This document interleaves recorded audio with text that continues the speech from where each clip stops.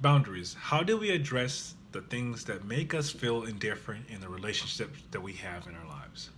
Are you a person that is courageous enough to talk and be vulnerable enough about what you are going through internally? If you're having trouble addressing your emotions, you're not the only one. One thing I've learned about as a human is that we all are humans that have emotions and we're living our lives to learn how to deal with them.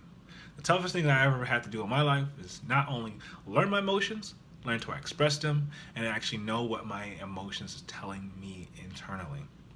So these are some of the steps that I do, or I would suggest to you if you are having trouble addressing what is going on with you internally. Number one, you must ponder and you must write down why you are feeling the way you feel. At times, we are triggered by certain actions that people do to us, or we have been triggered by certain actions that people have done in other people's lives that make us feel indifferent. It's like, I wouldn't do that if it were you. It's like so when we have that little blockage that keeps us from actually gaining trust from someone because of something someone has done to us in the past.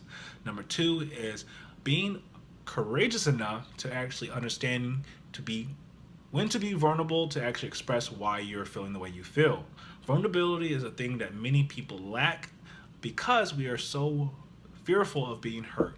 We all know when you're being vulnerable, some may see vulnerability as weak, but to be vulnerable, you must be strong. Number three, it is being open minded. When you're being able to express what you're going through, you must be open enough to actually hear from the other person's perspective as well.